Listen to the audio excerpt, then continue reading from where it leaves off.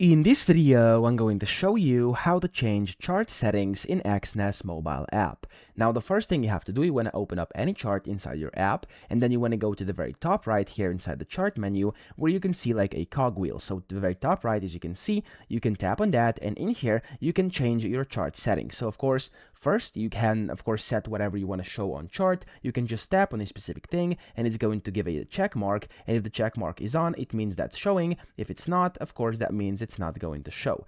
Now you can set this, and that's the first thing, and then down here you have chart preferences. What chart preferences do basically is you can set chart to be either trading view or Exness. It's completely up to you. Then you can set your price source and then the open order mode, and then at the bottom you also have the navigation, and you can basically customize that as well. So that's how to change chart settings, and then some of them are at the bottom left as well. So over here, as you can see, if I actually show you this, let me actually go to the top again, and if I hover over and go to the Exness chart, there we go.